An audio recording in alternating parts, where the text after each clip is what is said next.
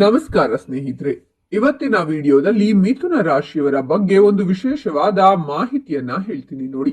ಅದೇನಪ್ಪಾ ಅಂದ್ರೆ, ನಿಮಗೆ ಜೀವನದಲ್ಲಿ ನಿಜವಾದ ಶತ್ರು ಯಾರು, ಯಾವ ರಾಶಿಯವರು ಶತ್ರುಗಳಾಗ್ತಾರೆ, ಕಷ್ಟ ನಷ್ಟಗಳೇನು, ಅದರಲ್ಲೂ ಬಹಳ ಮುಖ್ಯವಾಗಿ ನಿಮ್ಮ ಹಿತ ಶತ್ರುಗಳು ಯಾರು, ಅವರಿಂದ ನಿಮಗೆ ಬರುವಂತಹ ಸಮಸ್ಯೆಗಳೇನು, ನಿಮಗೆ ಹೇಗೆ ಶತ್ರುಗಳು ನಿರ್ಮಾಣವಾಗ್ತಾರೆ ಮತ್ತು ಮಿಥುನ ರಾಶಿಯವರ ಕಷ್ಟಗಳಿಗೆ ಪರಿಹಾರಗಳೇನು ಅನ್ನುವ ಸಂಪೂರ್ಣ ಮಾಹಿತಿಯನ್ನ ಈ ವಿಡಿಯೋದಲ್ಲಿ ಪರಿಪೂರ್ಣವಾಗಿ ತಿಳಿಸಿಕೊಡ್ತೀನಿ. ಸ್ಕಿಪ್ ಮಾಡದೆ ಕೊನೆಯವರೆಗೂ ನೋಡಿ. ಅದಕ್ಕೂ ಮುನ್ನ ನೀವು ಮಿಥುನ ರಾಶಿಯವರಾಗಿದ್ರೆ ಈ ವಿಡಿಯೋಗೆ ಲೈಕ್ ಮಾಡಿ, ಸಬ್ಸ್ಕ್ರೈಬ್ ಆಗಿಲ್ಲ ಅಂದ್ರೆ ಈಗಲೇ ಸಬ್ಸ್ಕ್ರೈಬ್ ಮಾಡಿ, ಹಾಗೆ ಪಕ್ಕದಲ್ಲಿ ಬರೋ ಬೆಲ್ ಐಕಾನ್ ಅನ್ನ ಕ್ಲಿಕ್ ಮಾಡಿ. ಕೆಲವು ರಾಶಿ ಚಕ್ರದ ಜನರು ನಕ್ಷತ್ರಗಳು ಹಾಗೂ ಗ್ರಹಗಳ ಪ್ರಭಾವದಿಂದ ಶತ್ರುಗಳಾಗಿ ಬದಲಾಗುವರು. ಕೆಲವೊಮ್ಮೆ ಅವರು ಬಹಳ ಆತ್ಮೀಯ ಸ್ನೇಹಿತರು ಅಥವಾ ಬಂಧುಗಳಾಗಿ ಪರಿಚಿತರಾಗಿದ್ದರೂ ನಂತರ ಶತ್ರುಗಳಾಗುವ ಸಾಧ್ಯತೆಗಳು ಹೆಚ್ಚಾಗಿರುತ್ತವೆ ಎಂದು ಹೇಳಲಾಗುವುದು. ಕೆಲವರು ಎಷ್ಟೇ ಪ್ರಯತ್ನಿಸಿದರೂ ನಮ್ಮೊಂದಿಗೆ ಸ್ನೇಹಿತರಾಗಲು ಅಥವಾ ಆತ್ಮೀಯರಾಗಲು ಸಾಧ್ಯವಿಲ್ಲ. ಯಾಕೆ ಅನ್ನೋದಾದ್ರೆ, ನಮ್ಮ ರಾಶಿ ಹಾಗೂ ಅದರ ಅಧಿಪತಿಗಳ ಪ್ರಭಾವ ನಮ್ಮ ಮೇಲಿರುತ್ತದೆ. ನಿಮ್ಮ ರಾಶಿ ಚಕ್ರ ಚಿಹ್ನೆಯೊಂದಿಗೆ ಯಾರು ಹೊಂದಾಣಿಕೆಯಾಗಬಹುದು ಮತ್ತು ಹೊಂದಾಣಿಕೆಯಾಗುವುದಿಲ್ಲ ಎಂಬುದನ್ನ ಹೇಳ್ತೀನಿ ನೋಡಿ. ಮಿಥುನ ರಾಶಿಯವರಿಗೆ ನಿಮ್ಮ ತಾಯಿಯ ಸ್ವರೂಪಿಗಳಾಗಿರುವಂತಹ ಅತ್ತೆಯಾಗಿರಬಹುದು, ತಾಯಿಯ ವರ್ಗದವರಾಗಿರಬಹುದು, ಅಂದ್ರೆ ತಾಯಿಯ ಸ್ಥಾನದಲ್ಲಿರುವರು ಶತ್ರುಗಳಾಗಿ ಬಾಧಿಸುತ್ತಾರೆ. ಒಟ್ಟಾರೆಯಾಗಿ ಹೇಳಬೇಕು ಅಂದ್ರೆ, ಮಿಥುನ ರಾಶಿಯವರಿಗೆ ನಿಮ್ಮ ಸಂಗಾತಿಯೇ ಶತ್ರುಗಳಾಗಿ ಪರಿಣಾಮವನ್ನ ಬೀರುವಂತದ್ದಾಗುತ್ತೆ. ಮೇಲ್ ಆರ್ ಫಿಮೇಲ್ ಯಾರಾದ್ರೂ ಆಗಿರಬಹುದು. ನಿಮ್ಮ ಸಂಗಾತಿನೇ ಶತ್ರು, ಕುಟುಂಬವೇ ಶತ್ರು. ಮಿಥುನ ರಾಶಿಯವರು ಮೊದಲೇ ತುಂಬಾ ಚಂಚಲ ಸ್ವಭಾವದವರು. ಒಂದು ನಿರ್ಧಾರಕ್ಕೆ ಹಲವಾರು ದೃಷ್ಟಿಕೋನಗಳನ್ನ ಬದಲಾಯಿಸುವಂತದ್ದಿರುತ್ತೆ, ಬದಲಾವಣೆಗಳನ್ನ ತೆಗೆದುಕೊಳ್ಳುವಂತಹ ವ್ಯಕ್ತಿಗಳು. ಆದ್ರೆ ಶತ್ರುವಿನ ಸ್ಥಾನವನ್ನ ನೋಡೋದಾದ್ರೆ, 6ನೇ ಮನೆ ನಿಮಗೆ ಕೆಲಸ, ರೋಗ ರುಜಿನಗಳು, ಸಾಲಬಾಧೆಗಳು, ಎಲ್ಲವನ್ನ ಯಾರಿಗೋಸ್ಕರ ಮಾಡ್ತೀರಾ? ಮಿಥುನ ರಾಶಿಯವರೇ ನಿಮ್ಮ ಮನೆಯವರಿಗೋಸ್ಕರ, ನಿಮ್ಮ ಕುಟುಂಬಕ್ಕೋಸ್ಕರ ಮಾಡೋದು. ಅವರನ್ನೇ ಶತ್ರುಗಳಾಗಿ ಮಾಡಿಕೊಳ್ಳುವಂತಹ ಪರಿಣಾಮ ಬೀರುತ್ತೆ. ಯಾರಾದ್ರೂ ಮಿಥುನ ರಾಶಿಯವರಿದ್ರೆ ಬೇಕಾದ್ರೆ ಟೆಸ್ಟ್ ಮಾಡಿ, ನಿಮ್ಮ ಸಂಗಾತಿನೇ ನಿಮಗೆ ಶತ್ರು ಆಗಿರ್ತಾರೆ. ನೀವು ಸಹಾಯ ಮಾಡ್ತೀರಾ, ಎಲ್ಲವನ್ನ ಮಾಡ್ತೀರಾ, ಅವರಿಗೋಸ್ಕರ ಎಲ್ಲವನ್ನ ನಿಮ್ಮ ತಲೆ ಮೇಲೆ ಹೇಳ್ಕೋತೀರಾ. ನಿಮ್ಮ ಸಂಗಾತಿನೇ ನಿಮ್ಮ ಶತ್ರು. ನಿಮ್ಮ ತಾಯಿಯ ಸಮಾನರಾದವರೇ ಕೆಲವರು ನಿಮಗೆ ಶತ್ರು ಆಗಿರ್ತಾರೆ. ತುಳಿದು ಹಾಕ್ತಾರೆ, ನಿಮ್ಮನ್ನ ಅವಮಾನಗಳನ್ನ ಮಾಡ್ತಾರೆ, ನಿಮ್ಮ ಕುಟುಂಬದಲ್ಲಿ ನೆಲೆ ಇಲ್ಲದ ಹಾಗೆ ಮಾಡ್ತಾರೆ. ಮಿಥುನ ರಾಶಿಯವರು ಹೇಗೆ ಬದಲಾವಣೆ ತಗೋಬೇಕು ಅಂದ್ರೆ ನೋಡಿ, ನೀವು ಸಾಲಗಾರರಾಗೋದೇ ನಿಮ್ಮ ಕುಟುಂಬಕ್ಕೋಸ್ಕರ, ನಿಮ್ಮ ಸಂಗಾತಿಗೋಸ್ಕರ. ಸಾಲ ಮಾಡ್ಕೋತೀರಾ, ಅದರಲ್ಲಿ ರೋಗಗಳು ಬರುತ್ತೆ, ನಿಶಕ್ತಿಯಾಗುವಂತಹ ವಾತಾವರಣವನ್ನ ನೀವು ಸೃಷ್ಟಿಸಿಕೊಳ್ತೀರಾ.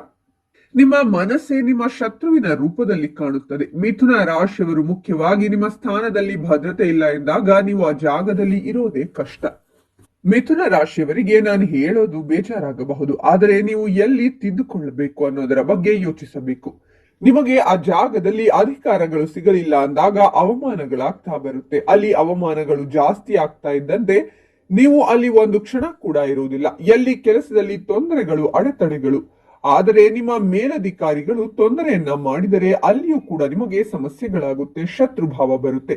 ಹೇಗೆ ಸಮಸ್ಯೆಗಳು ಬರುತ್ತೆ, ಶತ್ರುಗಳು ಹುಟ್ಟಿಕೊಳ್ತಾರೆ ಅಂತ ಗಮನಿಸಿ.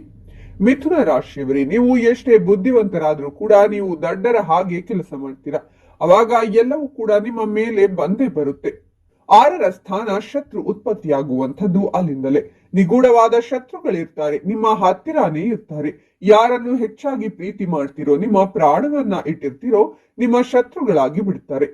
ಹಾಗೆ ಅಷ್ಟಮ ಸ್ಥಾನವನ್ನ ವೀಕ್ಷಣೆ ಮಾಡಿದಾಗ ಅಲ್ಲಿ ಕೂಡ ಅಷ್ಟೇ. ನಿಮ್ಮ ಮನಸ್ಥಿತಿಗೆ ಅನುಗುಣವಾಗಿ ಪ್ರದೇಶ ಸರಿಯಾಗಿಲ್ಲ ಅಂದಾಗ ಅಲ್ಲೂ ಕೂಡ ಅವಮಾನಗಳಾಗುವಂತದ್ದಿದೆ. ಎಲ್ಲವನ್ನ ಯಾಕೆ ನಿಮಗೆ ತಿಳಿಸಿಕೊಡ್ತಾ ಇದ್ದೀನಿ ಅಂದ್ರೆ, ನಿಮಗೆ ಈ ಎಲ್ಲಾ ವಿಚಾರಗಳು ಗೊತ್ತಾದಾಗ ನಾನು ಎಲ್ಲಿ ಎಡವ್ತಾ ಇದ್ದೀನಿ ಅನ್ನೋದು ಗೊತ್ತಾಗುತ್ತೆ.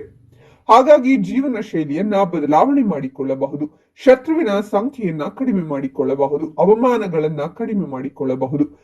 ಇನ್ನು ಮಿಥುನ ರಾಶಿಯವರಿಗೆ ಶತ್ರುಗಳಾಗುವ ರಾಶಿಗಳು ಯಾವುವೆಂದರೆ, ಮೊದಲನೆಯದಾಗಿ ಕನ್ಯಾ ರಾಶಿ. ಕನ್ಯಾ ರಾಶಿಯ ವ್ಯಕ್ತಿಗಳು ನಿಮ್ಮಂತೆಯೇ ಮಾನಸಿಕ ದೃಷ್ಟಿಕೋನದಿಂದ ಜೀವನದಲ್ಲಿ ಇದೇ ರೀತಿಯ ವಿಧಾನವನ್ನ ಹಂಚಿಕೊಳ್ತಾರೆ. ಆದರೆ ನೀವಿಬ್ಬರು ವಿರುದ್ಧವಾಗಿ ಆಲೋಚನೆಗಳನ್ನ ಕಾರ್ಯಗತಗೊಳಿಸುತ್ತೀರಾ.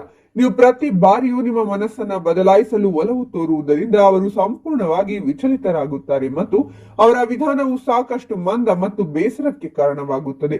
ನಿಮ್ಮ ಪ್ರಯತ್ನಗಳಲ್ಲಿ ದೋಷಗಳು ಮತ್ತು ತಪ್ಪುಗಳನ್ನ ಕಂಡು ಹಿಡಿಯಲು ಅವರು ಯಾವುದೇ ಅವಕಾಶವನ್ನ ಬಿಡುವುದಿಲ್ಲ. ಆದರೆ ನೀವು ಯಾವಾಗಲೂ ಕನ್ಯಾ ರಾಶಿಯ ಮಾನದಂಡಗಳನ್ನ ವಿಶ್ಲೇಷಿಸುತ್ತೀರಾ.